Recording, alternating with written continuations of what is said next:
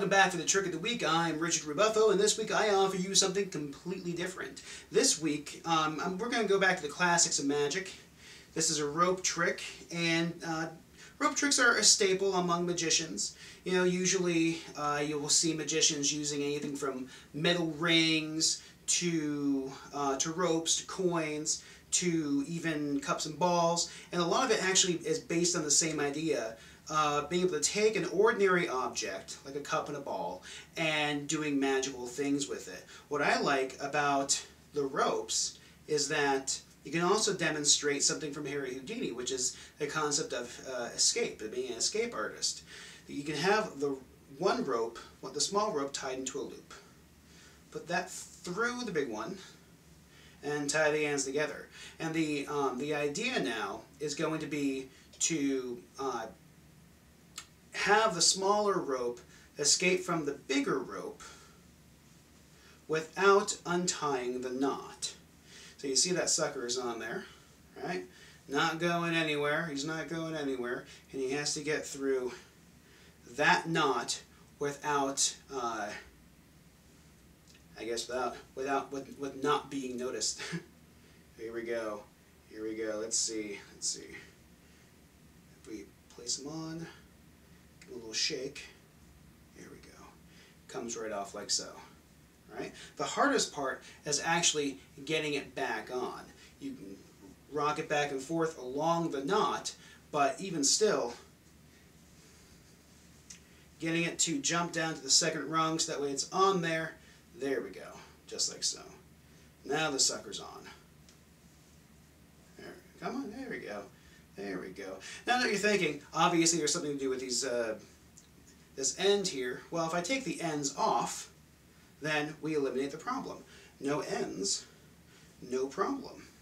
So now I have one continuous loop with one little loop.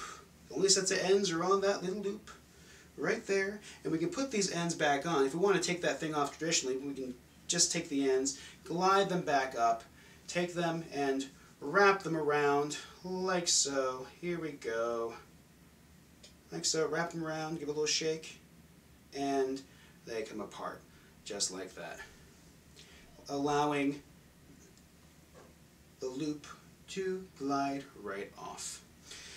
What's cool about that is, now that we see that, you know, something interesting, the fact that the knots can come off and that the ends can come off, I say keep a close eye on those ends, because the ends are very, very tricky. If you don't keep a close eye on them, the ends could just pop off, or the ends can jump from one end to the other.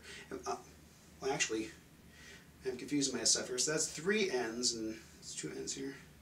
So if I wanted 3 ends, you'd think I would have 3 ends up here instead of 2 ends. Well, I guess that's 4 ends now.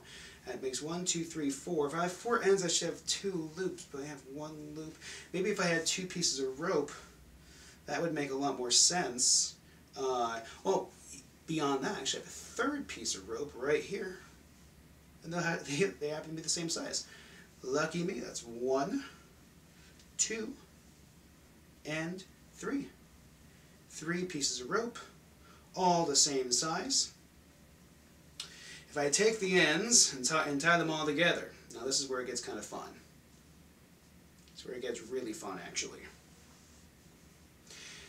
Of course, it'd be a lot more fun if I had people here, if I had somebody else here that can join in the fun, that can choose a knot for me.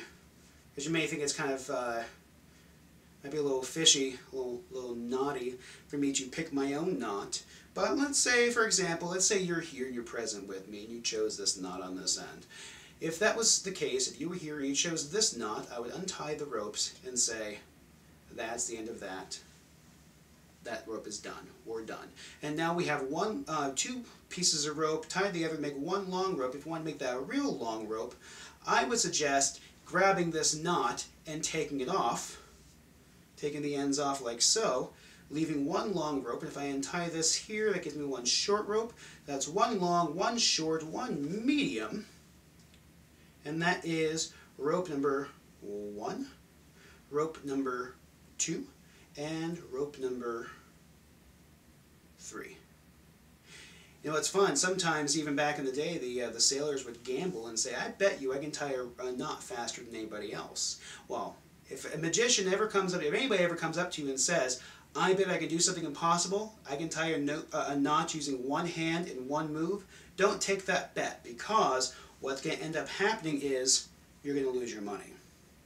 So there you go, some interesting stuff with ropes and knots and fun stuff like that. If you happen to have some ropes lying around your house, pick them up, try tying some cool things, and maybe you'll make some magic of your own. That's it, folks. Thank you very, very much. Remember, you can always subscribe, which is right here and has been here the entire time. You can subscribe to my YouTube page. You can also like me on Facebook, follow me on Twitter, @RichardRebuffo. Thank you guys very much. Have a fantastic rest of your week.